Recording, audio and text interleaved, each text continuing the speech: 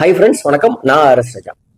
Chennai Perambur railway station 5ஆம் தேதி, அதாவது 4 நாளைக்கு முன்னாடிங்க, சென்னை ரயில்வே ஸ்டேஷன் நீங்க போயிருந்தீங்கன்னா உங்களுக்கு தெரியும் நினைக்கிறேன்.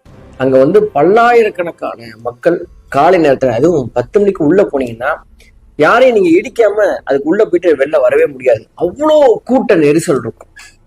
காலேஜ் போறவங்க, ஸ்கூல் போறவங்க, வேலைக்கு போறவங்க, தொழில் பண்றதுக்காக அவங்க வேற இடங்களுக்கு போறவங்க, விற்கிறவங்க, இந்த மாதிரி சொல்லி நிறைய நபர்கள் அங்க இருக்கிற ஒரு கூட்டம், மிகப்பெரிய அளவுல கூட்டம் இருக்கும். அப்படிப்பட்ட அந்த இடத்துல பரபரப்பா 5வது நடை மேடையில ஒரு ப்ளூ கலர் சூட்கேஸ் ஒண்ணு, அதுக்கு யார் உரிமை கொண்டாடமோ அந்த இடத்துல பல மணி நேரம் கிடக்கிறத பாக்குறாங்க. அங்க இருக்கிற பயணிகளும் பாக்குறாங்க. அந்த சூட்கேஸ் பக்கத்துல யாருமே இல்லை. இன்னொரு வினோதமான விஷயம் என்ன அப்படின்னா, அந்த ப்ளூ கலர் சூட்கேஸ்குள்ள இருந்து தண்ணி மாதிரி வடிஞ்சிட்டு இருக்குது. அதுல இருந்து நிக்க முடியாத அளவுக்கு பயங்கரமான துர்நாற்றம் அடிச்சுட்டே இருக்குது. இதை டாலரேட் பண்ணிக்க முடியாத அளவுக்கு இருக்குது.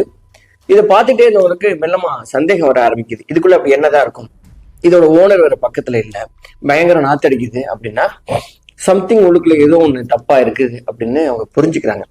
பொதுவா இந்த மாதிரி ஆள் இல்லாத சூட்கேஸோ இல்ல பேக்கோ இந்த மாதிரி கிடக்கிற இடத்துல பார்த்தாவே மக்களுக்கு ஒரு சந்தேகம் வந்துடும்.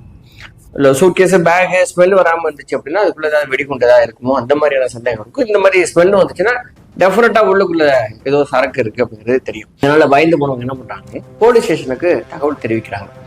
இந்த பெரம்பூர் ரயில்வே ஸ்டேஷன்ல இருந்து எந்த ஸ்டேஷனுக்கு தகவல் தெரிவிக்கணும் அப்படின்னு சொன்னா, பெரம்பூர் இருப்பு பாதை போலீஸும் ரயில்வே பாதுகாப்பு படை, இந்த 2 பேருமே இணைந்து வந்து சூட்கேஸை அவங்க திறக்கிறாங்க. திறக்கும் போது ஆயிரக்கணக்கான மக்கள் சுத்தி இருக்கிறாங்க.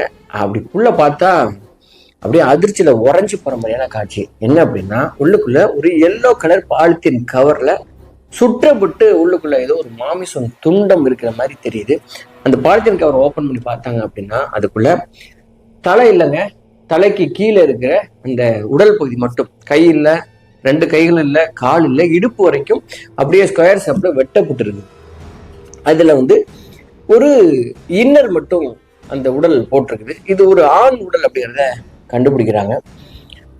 ஒரு இந்த மாதிரி ஒரு பாலித்தீன் கவர்ல சுற்றப்பட்டு இப்படி ஒரு பாடி இருக்கு, அது அழுகுற நிலையில இருக்குது, அதனாலதான் பயங்கரமான ஸ்மெல் இருக்கு அப்படிங்கிறது தெரிஞ்ச உடனே அந்த பகுதி மக்கள்லாம் பயங்கர பீதி ஆகுறாங்க. இந்த மாதிரி வழக்கமாவே சிட்டிகள்ல கொலை நடந்துகிட்டே இருக்கும். அந்த மாதிரியான கொலைகளுக்கும் இந்த மாதிரி சம்பவங்களுக்கும் இருக்கிற வித்தியாசம் என்ன அப்படின்னா, பொதுவா ரவுடிகளுக்குள்ள இருக்கிற மோட்டிவ் கொலைகள் அப்படின்னா நேரா வந்து கண்டதுனமா வெட்டி அங்க போயிடுவாங்க. அந்த மாதிரி அவங்களே வந்து நான் தான் வெட்டினங்கிறது அவங்க கிளைம் பண்ணிடுவாங்க. இப்படி பண்ணப்படுற கொலைகள், தலையை எடுத்துட்டு சூட்கேஸ்ல வச்சு போடுறதெல்லாம் வந்து தனியா ஒரு கவனம் பெறும்.